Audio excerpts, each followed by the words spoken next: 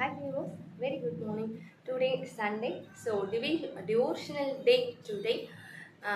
Then Prime Excellency, very good morning. இது உங்கள் ரமாவின் ஜாதகம் பார்க்கலாம் வாங்க. எப்படிங்க ஜாதகம் பார்க்குறது? எல்லாரும் சொல்லுவாங்க ஜாதகம் பார்க்குறதுனாலே ஆஸ்ட்ராலஜி படிச்சிருக்கணும், அதில் பிஹெச்டி பண்ணியிருக்கணும், அதுவும் இல்லாமல் பரம்பரையாக பார்த்தா தான் பார்க்க முடியும் அப்படின்லாம் சொல்லுவாங்க.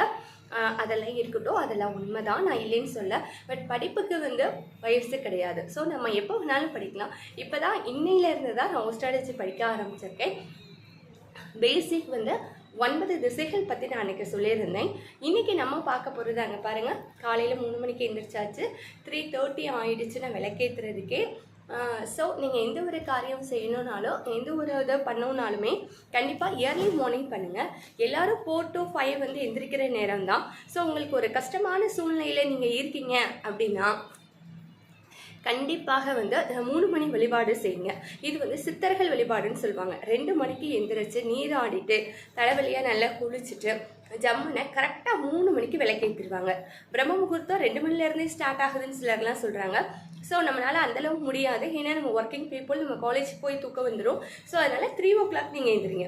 3 o'clock எந்திரிச்சிங்கன்னா போதும். 3 o'clock ஆக்சுவலாக எந்திரிச்சிங்கன்னா சுடுதண்ணி வச்சுட்டு நீங்கள் குளிக்க சரியாக இருக்கும். பச்சை தண்ணியில் குளிக்கிறது ரொம்ப நல்லது தாங்க, நான் இல்லைன்னு சொல்ல. பட் எனக்கு உடம்பு இன்னைக்கு கொஞ்சம் சரியில்லை.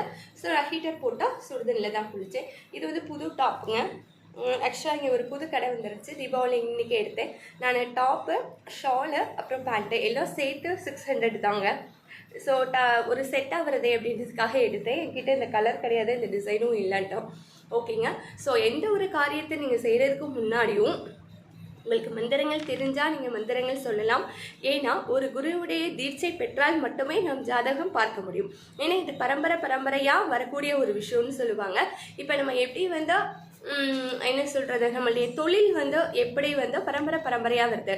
ஃபார் எக்ஸாம்பிள் முடி வெட்டுறவங்க எடுத்துக்கலாம், துப்புரவாளர்கள் எடுத்துக்கலாம், அப்புறம் ஒரு டாக்டர் இருக்கலாம், ஒரு என்ஜினியர் இருக்கலாம், ஒரு வீட்டில் ஒரு டீச்சர் இருக்கலாம். ஸோ யாராக வேணாலும் இருக்கலாங்க. பார்த்தோன்னா பரம்பரையாக ஒரு தொழிலை செஞ்சுட்டே வருவாங்க. ஸோ அது அவங்களுக்கு அப்படியே ஃபாலோ அப் ஆகும். இப்போ துணி வியாபாரமாக இருக்கலாம், ஹோட்டலாக இருக்கலாம், நகை செய்கிறவங்களாக இருக்கலாம், ஏதா வேணாலும் இருக்கலாங்க.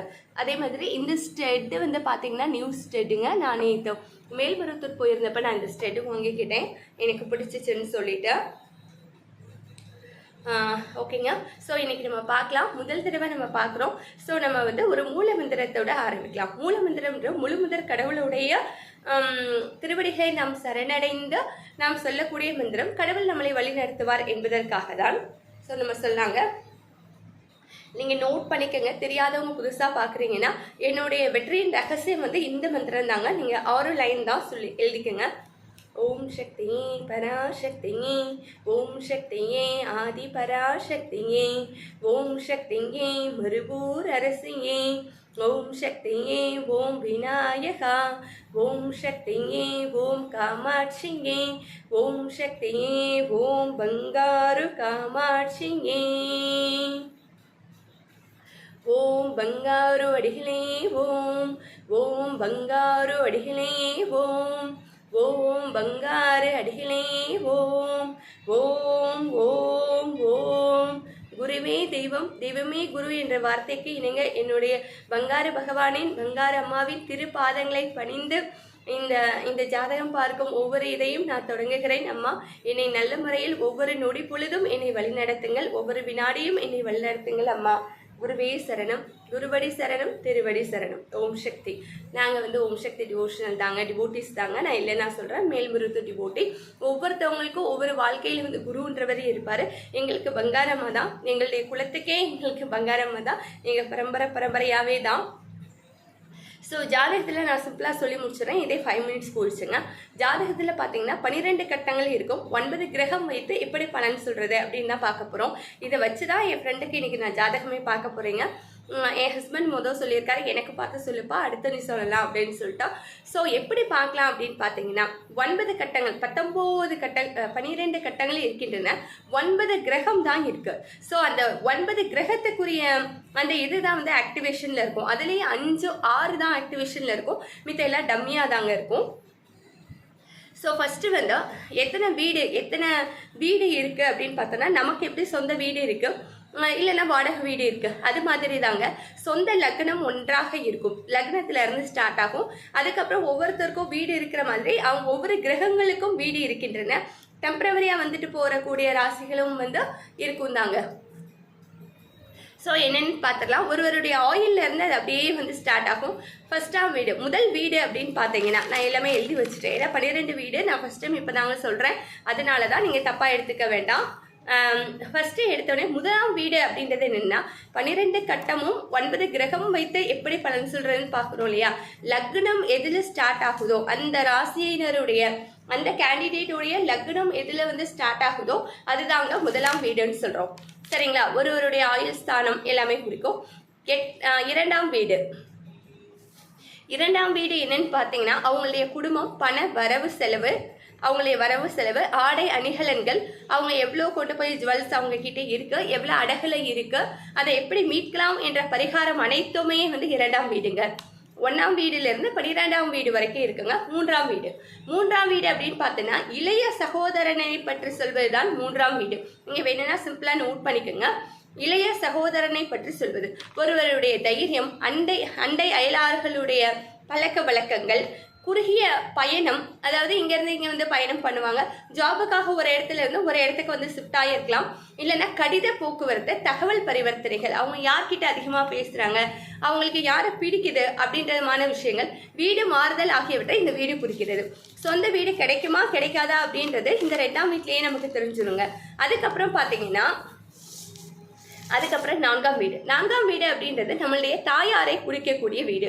தாயாருடைய பூர்வ ஜென்ம பலன் என்னது, அவங்களுடைய பேர்த்ல இருந்த கல்வி வரையிலான, அதாவது கல்லூரி வரையிலான எல்லா படிப்புமே கூடும். வீடு, வாசல், ஸ்திர சொத்துக்கள், பூமி, புதையல் எதுவும் கிடைக்குமா, சிலருக்கெல்லாம் புதையல் கிடைக்குங்க. அப்புறம் கால்நடை வளர்ப்பு, பசுமாடு, ஆடு, கன்றுகள், விளைநிலங்கள்ல இருந்து நம்ம எப்படி செய்யலாம். எல்லாரும் வந்து அக்ரிகல்ச்சர் படித்தாலுமே அக்ரிகல்ச்சர் ஜாப் வந்து எல்லாருக்கும் கிடைக்கிறது கிடையாதுங்க. ஸோ அந்த அக்ரிகல்ச்சர் ஜாபே கிடைச்சாலும் அவங்க அதை வந்து செய்யறது கிடையாது. நான் அதை தான் சொல்லுவேன். எங்கள் வீட்டில் வந்து நிலம் கிடையாதுன்னு சொல்லுவாங்க, இல்லைன்னா அதில் எனக்கு இன்ட்ரெஸ்ட் இல்லை, அம்மாவோட கம்பல்சனில் படிச்சேம்பாங்க. ஆனால் இந்த காலத்தில் பசங்க அக்ரிகல்ச்சர் நல்லாவே படிக்கிறாங்க. நானாக படிக்கணும்னு தான் நினச்சிட்டு இருக்கிறேன். ஸோ நமக்குன்னு ஒரு விளைநிலம் இருக்கணும், நமக்கு தேவையான, வீட்டிற்கு தேவையான நம்மளுடைய காய்கறிகளை நாமே வந்து அறுவடை செய்ய வேண்டும்ன்றது எனக்குலாம் ரொம்ப ஆசைங்க. ஸோ இதுதான் வந்து 4ஆம் வீடு. 5ஆம் வீடு பார்த்தீங்கன்னா புத்திரஸ்தானத்தை குறிக்கக்கூடியது. புத்திரஸ்தானம்ன்றது பூர்வ ஜென்ம பலனால் நமக்கு கிடைக்கக்கூடிய புத்திர பாக்கியத்தை குறிக்கும். இந்த ஒருவருடைய நல்லது கெட்டது என்ன, அந்த கர்மாவுடைய நல்ல வினைகள் என்ன, தீய வினைகள் என்ன என்பதை குறிக்கும். 6ஆம் வீடு பார்த்தீங்கன்னா கடன், வியாதி, உணவு, வேலை, இது எல்லாமே வந்துடும் அடக்கங்க. கடன் இருந்தாலே ஆட்டோமேட்டிக்காக அதனாலேயே நமக்கு வியாதி வந்துடும். வியாதி இருந்துச்சுன்னா நல்ல ஜாப் போக முடியாது, தென் ப்ராப்பரான ஃபுட்டு நமக்கு கிடைக்காது. ஸோ இது எல்லாமே உணவுல இருந்து, வேலை செய்யும் இருந்து, நம்ம கூட வேலை பார்க்குறவங்க எப்படி இருக்காங்க, அண்டை அயலாருடைய எப்படி இருக்குது, நம்மளுடைய கவலை என்ன, துக்கம், துன்பம், துயரங்கள், அதை எல்லாமே குறிக்கக்கூடியது. நம்மளுடைய தாய் மாமாவுடைய இது வந்து உறவு வந்து எப்படி இருக்கு அப்படின்றது எல்லாமே இதில் வந்துருங்க. அதுக்கப்புறம் 7ஆம் வீடு நம்ம எல்லாருக்குமே ரொம்பவே நல்லா தெரியும். ஏன்னா இது வந்து திருமண பொருத்தம் பார்ப்பதற்காக இது பண்ணுவாங்க. எப்பயுமே திருமண பொருத்தம் பார்த்து தான் செய்வாங்க. இது வந்து வியாபாரம், மரணம், பிரயாணம், இது 3 வந்து அதிகமாக வந்து சொல்லுவாங்க. இதில் திருமணம், எந்த ஊரில் அவங்க இருப்பாங்க, இனி ஃப்யூச்சரில் எங்கே இருப்பாங்க அப்படின்றத பார்ப்பாங்க. அதுக்கப்புறம் 8ஆம் வீடு ஆயுள் சொத்து, உங்களோட ஆயுள் எவ்வளோ, உங்களுடைய மனைவியுடைய ஆயுள் எவ்வளோ, பித்திருக்களுடைய சொத்துக்கள் உங்களுக்கு கிடைக்குமா, உயர் சொத்துக்கள் ஏதாவது, புதையல் ஏதாவது கிடைக்குமா, கிராஃபிட் ஃபண்டு வருமா, போனஸ் வருமா, ஒருவர் வந்து மரணமான இயற்கையான மரணமா துர்மரணமா அப்படின்றத கூட இந்த 8ஆம் வீட்டில் சொல்லிடலாங்க. 8ஆம் வீடு சனி பகவானுக்குரிய வீடு, நம்ம எல்லாருக்குமே நல்லாவே தெரியும். அடுத்து 9ஆம் வீடு தகப்பனாரை குறிக்கக்கூடியது. தகப்பனார் போன ஜென்மத்தில் செய்த பாவ புண்ணியங்களால் இந்த ஜென்மத்தில் புத்திரர்கள் எப்படி அமைந்துள்ளார்கள், அவர்களுடைய நீண்ட பயணம் என்ன அப்படின்றத சொல்லுங்க. இதில் பார்த்தீங்கன்னா தெய்வ தரிசனம், அவங்களுடைய டிவோஷனல் எப்படி இருக்கு, அவங்களுடைய உயர்கல்வி என்ன இருக்கு, முன்பின் தெரியாதவர்கள் யாரெல்லாம் அறிமுகம் ஆவார்கள், அவர்கள் பூர்வ ஜென்மத்தினுடைய கணக்கு என்ன என்பதை தெளிவாக கூறக்கூடியது 9ஆம் வீடுங்க. 10ஆம் வீடு. 10ஆம் வீடுன்றது ஜீவனம், ஜீவனம்ன்றது வாழ்க்கை. அதுக்கப்புறம் கௌரவம். நான் எங்க போனாலே எனக்கு கௌரவம் கிடைக்கிறதே இல்லப்பா, என்னை வந்து யாரும் மதிக்க மாட்டாங்க, ரெஸ்பெக்டே கொடுக்கவே மாட்டாங்க, லைக் அது மாதிரியான விஷயங்கள். ஒருவரின் ஜீவனம், கௌரவம், சபைகளில் முக்கியத்துவம். இவங்க போனாலே 4 பேர் எந்திரிச்சு நிற்பாங்க, சபையை இவரு தான் லீட் பண்ணிட்டே போவாரு. ஸோ அது எல்லாமே பார்த்தீங்கன்னா 10ஆம் வீட்டில் தாங்க. 11ஆம் வீடு வந்து லாபஸ்தானம். 11ஆம் வீடு லாபஸ்தானம், சுகம். மூத்த சகோதரர்களை பற்றி சொல்லும். இளைய சகோதரர்களை பற்றி கூறுவது பார்த்தீங்கன்னா 3ஆம் வீடு. 11ஆம் வீடு வந்து நம்மளுடைய மூத்த சகோதரர்களை பற்றி கூறும். அவங்களுடைய பிறப்பு என்ன, நண்பர்கள் யாரெல்லாம் இருப்பாங்க, நல்ல நண்பர்கள் எத்தனை நாள் இருப்பாங்க அப்படின்றத வந்து சொல்லுவாங்க. நல்ல கிரகங்கள் நல்லபடியா இருந்துச்சுன்னா இது ரொம்ப சிறப்பா இருக்குங்க. அடுத்த லாஸ்ட் ஒன் 12ஆம் வீடு. 12ஆம் வீடு தான் நம்ம என்ன சொல்றோம்னா மூர்ச்ச ஸ்தானம்னு சொல்றோம். அதோட நமக்கு முடிச்சிச்சுங்க கணக்கு. அது மாதிரி 12ஆம் வீடு மூர்ச்சஸ்தானம், விரயஸ்தானம்னு சொல்லுவாங்க. நம்மளுடைய வரவு செலவு கணக்கு என்ன, நம்மளுடைய இன்ப துன்பங்கள் என்ன, பாவ புண்ணிய கணக்கு என்ன என்பதை சரிவர நமக்கு சொல்றது, நமக்கு அதிர்ஷ்டமா துரதிர்ஷ்டமா, நம்மளுடைய வறுமை எப்படி இருக்கு, நம்மளுடைய பலம் எது பலவீனம் எது என்பதை தெளிவாக கூறக்கூடியதுதான் இந்த 12ஆம் வீடு. ஸோ இந்த 12 கட்டத்திலுமே வந்து கண்டிப்பாக ஒரு மனிதனுக்கு தேவையான 12 விதமான சுக துக்கங்களை 12 கட்டங்களாக பிரித்து 12 வீடுகளாக பிடித்து நம் முன்னோர்கள் ஜாதகத்தில் கூறியுள்ளார்கள். ஸோ இதை நம்ம ஃபாலோ பண்ணோம்னா கரெக்டாக, அதாவது ஒவ்வொரு கட்டத்திற்குமே ஒவ்வொரு ராசிக்காரர்கள் உண்டு, காரகன் அப்படின்னு சொல்லுவோம். அந்த ஒவ்வொரு காரகனுக்குமே பரிகாரம் உண்டுங்க. நீங்கள் நினைக்கிற மாதிரி பரிகாரன்றது வேள்வி வளர்த்து 10,000 20,000 50,000 செலவு பண்ணுற பரிகாரங்கள் கிடையாது. நாங்கள் சொல்கிற பரிகாரங்கள் வழிபாட்டு முறைகள், நம்மளுடைய இயற்கையான பழக்க வழக்கங்களில் ஊன்றி இருக்கக்கூடிய வழிபாட்டு முறைகளை நாம் முறையாக செய்தால் கண்டிப்பாக எந்த ஒரு தோஷத்திற்கும் பரிகாரம் உண்டு. பரிகாரம்ன்றது நாட் ஓன்லி த மன நிம்மதிக்காக நம்ம செய்கிறது கிடையாது. கண்டிப்பாக பரிகாரம்ன்றது என்னென்னா, இல்லைன்னா அந்த காலத்தில் அது வச்சிருக்க மாட்டாங்க. அதாவது நான் உப்பு தின்னுட்டேன் அப்படின்னா நான் கண்டிப்பாக தண்ணி குடிக்கணும் தானுங்க, தண்ணி குடித்ததுதான் தாகம் அடையும், அது தாங்க பரிகாரம். ஸோ எனக்கு இது வந்து ஒன்று வர மாதிரி இருக்கு, ஒரு கஷ்டம் வர மாதிரி இருக்கு. ஜாதகன்றது என்னது சொல்லுங்க பார்க்கலாம். ஒரு கஷ்டம் வர மாதிரி இருக்குன்னா அந்த கஷ்டத்தை எப்படி நான் வந்து நம்பிக்கையுடன் ஏற்றுக்கொள்வது, மன நிம்மதியுடன் அந்த கஷ்டத்தில் நான் எப்படி வாழ்வது அப்படின்றதாங்க ஜாதகம். எதுக்காக ஜாதகம் பார்க்கணும்? நடக்கிறது தான் நடக்குமே, நடக்கிறது தான் நடக்குங்க. என்ன நடப்போது தெரிஞ்சிச்சுன்னா ரொம்ப த்ரில்லிங்காக இருக்கும் பார்த்துக்குங்க. ஓ இதுதான் நடக்க போதா, ஸோ இதுக்கு என்ன ரெமெடி, வருமன் காப்பதே சிறந்தது அப்படின்னு சொல்லுவாங்க. அதை இந்த இடத்துல ஃபாலோ பண்ணுங்க. நிறைய ஜாதகம்லாம் நம்ப மாட்டேன், போலீஸ் சாமியார்லாம் நிறைய இருக்காங்க, நிறைய பேர் சொல்கிறாங்க.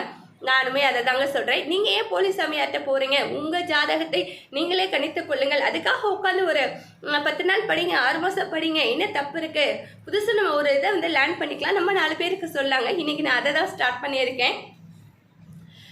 ஸோ எனக்கு ரொம்ப பிடிக்குங்க, ஆஸ்ட்ராலஜி ரொம்ப ரொம்ப பிடிக்கும். பட் என்னுடைய பூர்வ ஜென்ம கதை பார்த்தீங்கன்னா ஒரு பெரிய லாங் ஸ்டோரி, அதை ஒரு நாள் நான் உங்களுக்கு சொல்கிறேன். ஒரு நல்ல ஜாதகம் கணிப்பவர்களிடம் நாம் சென்றால் அழகாக நாம் எதையும் கூறக்கூடாது, அவங்களே சொல்லிடணும் நம்ம எதுக்காக வந்திருக்கோம், என்னெல்லாம் பார்க்க போகிறோம் அப்படின்றத. நீங்கள் எதுவும் சொல்லாதீங்க எப்பயுமே, எனக்கு இந்த கஷ்டம் இருக்குது இதுக்காக வந்திருக்கேன்றதை சொல்லாதீங்க. உங்கள் ஜாதகக்காரர்கள், அதுவுமே பூர்வ ஜென்ம புண்ணியத்தால் மட்டுமே அந்த ஜாதகம் நல்ல ஜாதகரிடம் சென்றால், ஏன்னா ஜாதகரோட கை வந்து அவ்வளோ முக்கியங்க. அதே மாதிரி அவருடைய சொல் ரொம்ப முக்கியம். வாக்கு பலிதம் இருந்தால் மட்டுமே நாம் ஜாதகம் பார்க்க முடியும்ன்றது ஒரு சாஸ்திரமே இருக்குங்க. எல்லாருனாலே பார்க்க முடியாது. எங்கள் அப்பா அது பார்ப்பாரு, எங்கள் தாத்தா பார்த்துருக்காருன்னு சொல்லுவாங்க எங்கள் அப்பா. அதாவது ரொம்ப டெப்த்தாக கிடையாது, வீட்டில் இருக்கிறவங்களுக்கு பார்த்து கணிச்சு சொல்லுவாங்க எங்கள் தாத்தா. அம்மாவோட தாத்தா சொல்கிறேங்க. தாத்தா பேர் வந்து ராமகிருஷ்ண ஐயர்னு சொல்லுவாங்க. அம்மாவோட பேர் காந்தாமணி, உங்களுக்கு தெரியும், காந்தாமணி பரமேஸ்வரன் அம்மா அப்பா. இங்கே வந்து நிர்மலா ராஜேந்திரன் இருக்காங்க. இவங்க வீட்டில் யாரும் பார்க்க மாட்டாங்க, எங்கள் மாமனார் வீட்டில் கிடையாது, எங்கள் அம்மா வீட்டில் தான் பார்ப்பாங்க. அதுவுமே வந்து நம்மளுடைய குல தெய்வம் அமைவதும் குல தெய்வத்தை நாம் வழிபடுவதும் தொடர்ந்து விடாமல் வழிபடுவதும் அந்த பூர்வ ஜென்ம புண்ணியத்தால் ஆன அந்த ஒரு நல்ல கர்மா இருந்தால் மட்டும்தான் குலதெய்வத்தை நாம் வழிபட முடியும் அப்படின்றத நான் தெளிவாக சொல்கிறேன். எங்களுக்கு நாங்களுமே குலதெய்வம் தெரியாமல் இருந்தோம், எங்கள் அப்பாவுக்கு தெரியல, எங்கள் பாட்டிக்கு தெரியல, கெஸ்ஸிங்கில் தான் சொன்னாங்க அழகர் கோயில்ன்ட்டு. ஆனால் நான் திரும்ப இதை நான் சொல்கிறேங்க, இந்த வீடியோ பார்க்குற எல்லாரும் குழப்பிக்கிறவே வேண்டாம். குல தெய்வம் என்பது நம் குலத்தை காப்பதற்காக வந்த தெய்வம். அந்த தெய்வம் பார்த்தீங்கன்னா கண்டிப்பாக பெண் தெய்வமாக தான் இருக்கும். அதுதான் குலத்தை காக்கக்கூடியது, குலத்தை விருத்தி செய்யக்கூடிய ஒரு தெய்வம். குல தெய்வம் பெண் தெய்வம் தாங்க. ஸோ வீடியோ வந்து 15 மினிட்ஸ் ஆயிடுச்சு, அதனால நான் இதோட இதை முடிச்சுக்கிறேன். ஸோ 12 கட்டங்களும் 12 வீடுகளிலும் உள்ள ராசிக்காரர்களை நாம் 9 கிரகங்களை நாம் பார்த்து நம்மளுடைய ஜாதகத்தை ஈஸியாக கிடைக்கலாம். வருமுன் காப்பதே சிறந்தது என்பதை நான் கூறி இதோடு நான் இந்த வீடியோ முடிச்சுக்கிறேன். Bye viewers, have a nice day. Bye.